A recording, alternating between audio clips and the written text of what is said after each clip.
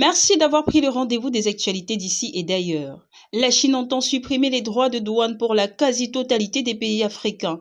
L'annonce faite le 12 juin conforte le statut de Pékin comme partenaire stratégique du continent, même si l'impact devrait être bien plus symbolique qu'économique. Face à un Donald Trump qui menace le monde entier de représailles commerciales, Pékin prend le contre-pied. En pleine foire commerciale Chine-Afrique dans la province de Hunan, les autorités chinoises ont annoncé vouloir supprimer les droits de douane sur l'intégralité des importations en provenance d'Afrique. La Chine est prête à accueillir des produits africains de qualité sur son marché en leur accordant un traitement tarifaire nul, a ainsi indiqué le ministère des Affaires étrangères chinois dans une lettre rendue publique jeudi 12 juin. Seul un État sur 54, Eswatini, qui continue d'entretenir des relations diplomatiques avec Taïwan, est exclu du futur accord. La Chine se pose aussi en championne du libre-échange et locomotive du Sud global. De surcroît, vis-à-vis d'un continent lui aussi malmené par les États-Unis. De fait, si Pékin est la première cible de l'offensive protectionniste de Washington, de nombreux pays africains sont également menacés de surtaxes douanières. Et une trentaine d'entre eux pourraient perdre le bénéfice des franchises tarifaires accordées dans le cadre de l'African Growth and Opportunity Act, un accord commercial vieux d'un quart de siècle, aujourd'hui en sursis. Mais les attentes sont mesurées concernant les retombées de l'annonce de Pékin. Celle-ci doit encore être animée d'un nouveau pacte économique dont on ne connaît pas précisément le contenu ni quand il entrera en vigueur. Les économies les plus industrialisées telles que l'Afrique du Sud, le Maroc ou le Kenya tireront sans doute quelques profits de cet accès préférentiel au marché chinois. Un vaste scandale financier secoue le Ghana.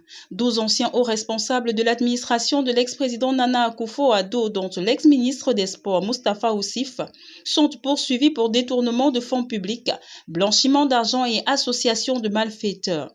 Le préjudice s'élèverait à 53 millions de dollars selon les autorités.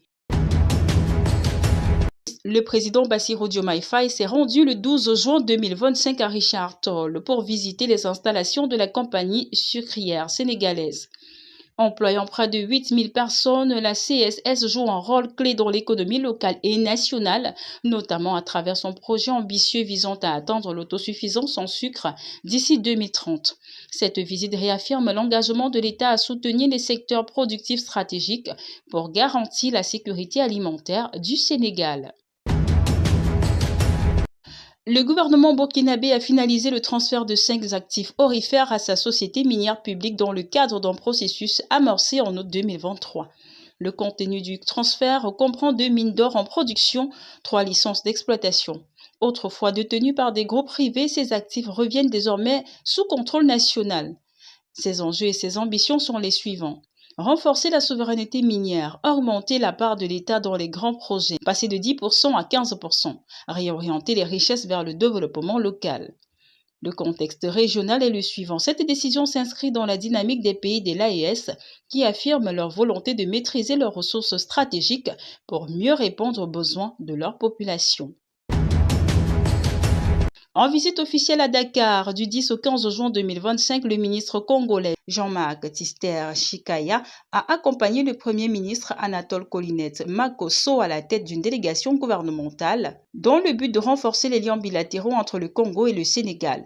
Cette mission de haut niveau a été l'occasion d'aborder plusieurs domaines stratégiques, notamment l'assainissement, l'enseignement supérieur, la défense, les finances, le commerce et les zones économiques spéciales. Le Premier ministre sénégalais Ousmane Sonko a salué l'engagement de la délégation congolaise et plaidé pour une coopération sud-sud ambitieuse fondée sur la complémentarité des ressources et des expertises entre les deux nations.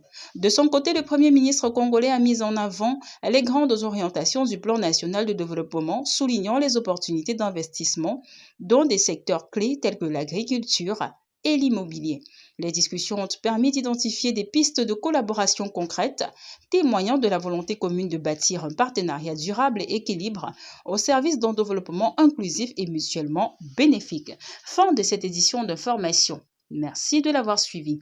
Abonnez-vous à la chaîne si ce n'est pas encore le cas.